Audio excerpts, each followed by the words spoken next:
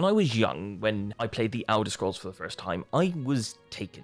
My friend told me you could buy houses and shops for items such as swords and clothes. I remember going to small villages and seeing the sea and knowing that I could save up enough money to actually buy the house in the game. This was something I couldn't quite believe.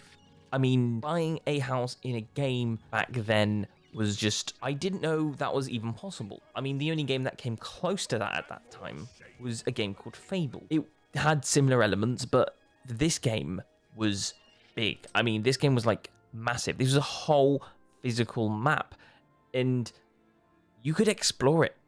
There was not a hidden part that you couldn't explore.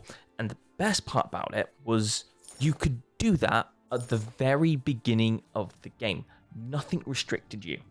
The moment you left your cell and you left the dungeons at the beginning of the game, you were set free to do whatever you wanted. Of course, there's a story of a recommendation of following this quest line, but you didn't have to. This just added the element of A, I couldn't quite believe what I was playing, and B, this felt real. I was immersed. But that's not the reason I'm making this video.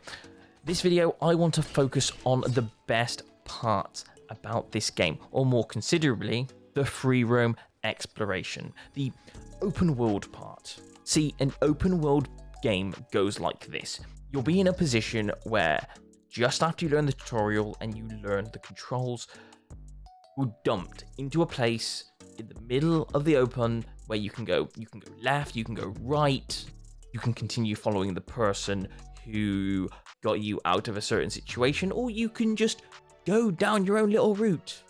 Or if you want to get dark and you want to play the game Fallout 4, for example, you could just travel to Diamond City and murder everybody over there. I know it's dark, but it's something you can do. The game doesn't stop you from doing it.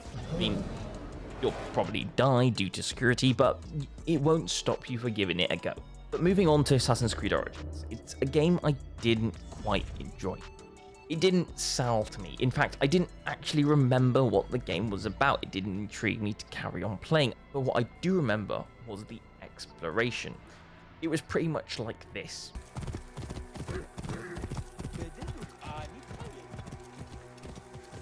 Yeah, pretty much traveling on horse. I wanted to feel more immersed traveling in the game, of going, oh, you can just follow your partner whether you like. It just didn't quite grasp me into what I wanted to feel. I wanted to feel immersed, and I am not immersed. But there's more than just that. I'm allowed to free roam freely, but there's not a lot for me to find what to do. There's nothing there in the game that wants me to want to upgrade my equipment, and some things can seem a bit complicated for a person who's just jumping in. Anyway, let's change the subject for a second. Let's focus on what makes a good game, not focus on what makes it bad. First off, at the beginning of the game, I think you need some kind of like home base. Like, that's something that really adds to the game. In Skyrim, for me, it's one of these three building locations. You can build your base in one of these three locations, and it's an incredible way of adding an element of creativity to the game, as well as upgrading and having a place to always come back to. In Fallout, it's Sanctuary. And in Sanctuary, you have got this lovely open space plan, and it's a place just to store your equipment. Also, you can start a community. If your place gets attacked, you can defend it with machine guns. Or in Assassin's Creed Black Flag, for example, it's the boat, where you can upgrade different pieces of your boat, and then when you take on more boats, you get through it a lot easier because your boat's a lot stronger. And finally, The Witcher 3. Yes, I know it's a weird one. It's certain campsites you move throughout the game. You go throughout the game, you can't really upgrade your base in such, but you upgrade your character and you craft things instead. It wasn't long in that game until I was able to get a new outfit from a new store.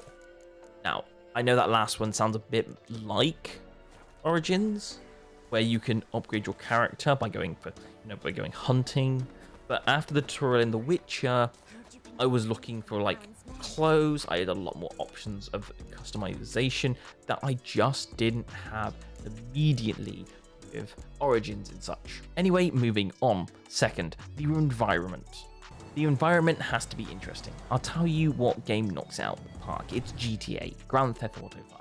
In most games do this, but GTA does it the best. In fact, when you play, you can fix up your car, you can buy outfits, you can do side missions, you can even get your hair cut, or even get tattoos on your character. Most games do this, but for GTA, it feels more realistic. In fact, I think it's a big factor that you can enjoy the game outside of the main story and side quests. Outside of Skyrim's story, for example, you can literally get a job and literally go outside of the main story and just chop down wood and sell it to make money. It's not a lot of money. You may never have done it more than once, but you know it's there. You can go to a shop around there. You can pretty much do whatever you want.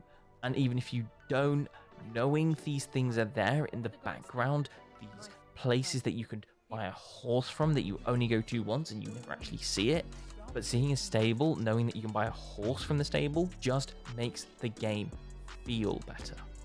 See, it's the feel of the background stuff in the game that makes it better. When you've got a bigger map, but it doesn't have the feel, I just don't feel that in Origins. I just don't think it added in Origins like it did in previous games. And finally, number 3, keep things simple. See, when you've got a lot going on in a game, sometimes simplicity is the best way to go about it. In Fallout, the story is to get your son back in the first 10 minutes. You know that in the game. In GTA, it's Franklin trying to make it big and making lots of money. And in the Elder Scrolls Oblivion, it's about how to shut thy jaws of oblivion. I can't do that voice. I think mostly why I don't like a complicated story is because once I've done side quests and I've stepped away from the main story, it's very easy to know when I get back into the main story exactly what I'm doing. The Witcher does add a really awesome element though. When you go into the story from the main home screen, the guy does an overvoice of what's happening in the story, so you always know what's going on. So even though The Witcher is quite a big place and it's quite a big area to explore and you can often get off track, it keeps reminding you exactly where you are in the story, so whenever you go back to it, you're reminded of what you're actually doing.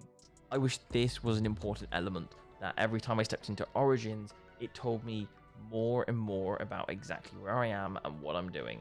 But in Assassin's Creed Origins, I just didn't feel those key elements. Having a good home base that feels that I can store my equipment after I've traveled. Second, environment. I want to be able to have access to enjoy the game out of the main quests and side quests. And finally, story simplicity. I want to be able to go off so I can go off and do other side quests and come back to the story and know where I've left off. Anyway, as I end this video, I'd like to ask you one question. What's your favorite free roam game? And what makes it so interesting for you? Do you like Origins? Am I completely wrong? What other factors do you like about it? If you've got a favorite game, or you've got a game and you've got reasons why it's your favorite game, then comment down in the sections below and tell me why. You know, I might even do a video on it. But hey, thank you so much for watching, and tell me what you think, and tell me if I should make more of these types of videos. I would love to hear your opinions. Thank you, and goodbye. Hi again, it's me. Hope you enjoyed the video, and if you did enjoy the video, don't forget to click the subscribe button in the bottom right hand corner, or scroll down below in the description to find out how you can jump in to the Jump Inside community. Thank you, and goodbye.